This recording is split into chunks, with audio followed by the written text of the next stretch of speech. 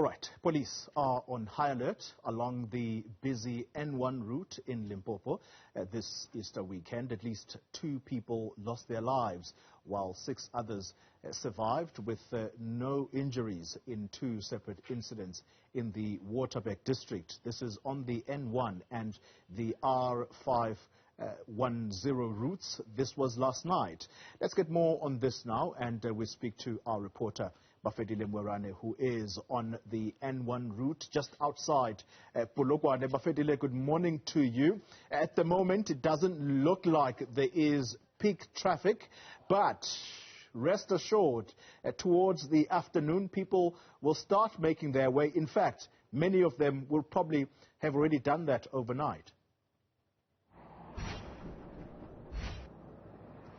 Well, Oli, I can tell you this morning, I think a lot of people have opted to travel this morning, in particular from Gauteng province. A number of cars that have actually been passing through here since in the morning as we have been here are from Gauteng. And they are telling us over 1,700 cars by 6 o'clock this morning were passing through this particular N1 towards Polokwane. So it's a hive of activity where we are, and we're seeing a high police visibility here, having to check a number of cars, in particular the public transport. Where we are here, we are seeing the traffic officials. They have in particular been stopping the public transport, those who are heading towards Moria. But we know that this year it is the 3rd year without the Zion Christian Church pilgrimage, and it is the first time without the COVID-19 pandemic outbreak. But however, the church has declared that this year there will there's no church. But however, people have took initiatives from their own to say that they want to go to church, and the church cannot turn them away. But however, from where we are, we will definitely go to that route linking that's going to Moria, in fact, only to see what is happening. But let me speak to Mike Maringa. He is the provincial spokesperson for transport and public safety here in Limpopo, to give us details as to what exactly is happening, because we understand 2 people have lost their lives last night only, but at this point no major accidents have been reported. Mike, thank you so much for joining us here at Newzroom Afrika. At least 2 people up to so far have lost their lives. Give us a context. What is happening in terms of the traffic so far?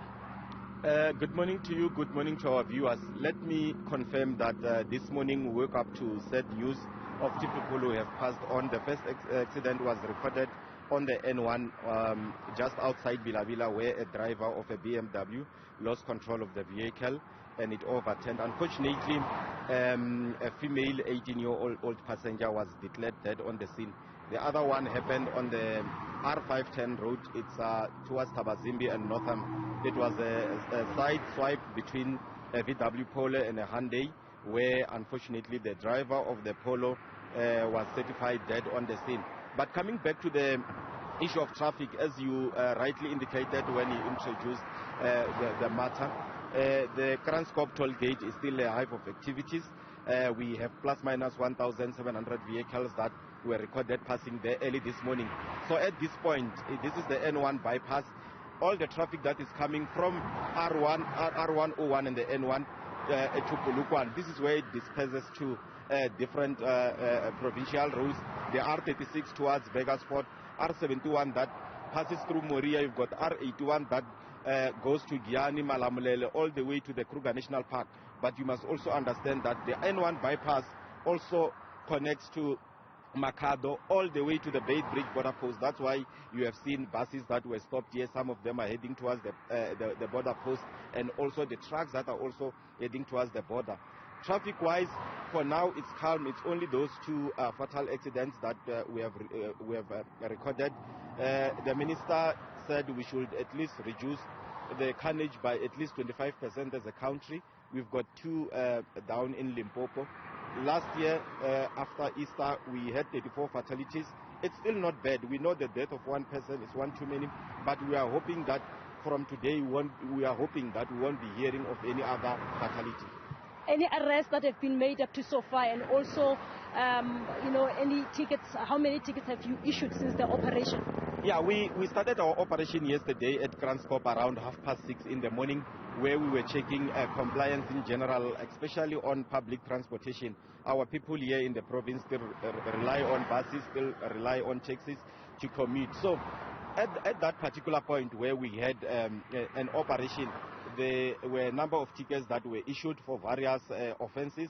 There are cars, about 5, that were discontinued on the spot because they were not compliant. We cannot risk allowing a vehicle that is not roadworthy to continue, because you do that, you risk killing more people on the road. Innocent people may die as a result of that car that is not roadworthy. So our operations are ongoing. We are collecting stats, but we are making arrests. But generally, what we are getting on the ground on all our major roads, national, provincial and district, people are behaving. But our worry is that today it's a very busy day. That's where families are going to meet. That's where we're going to have parties. We might have a problem late in the evening of people who might drink and decide to drive. So we are hoping that our officers who are placed, they will do their best. Well, thank you so much. That's Mike Maringa. He is the Limpopo spokesperson for transport and safety management here, and he's indicating that the police are here, high visibility, and that's what we are tested. In fact, from here we'll be heading to R71 towards Moria, where we are going to see how's the traffic flow that side, Xoli. Bafedile Moerane, thank you very much. And indeed, that call, it has to be made continuously for people to drive safely.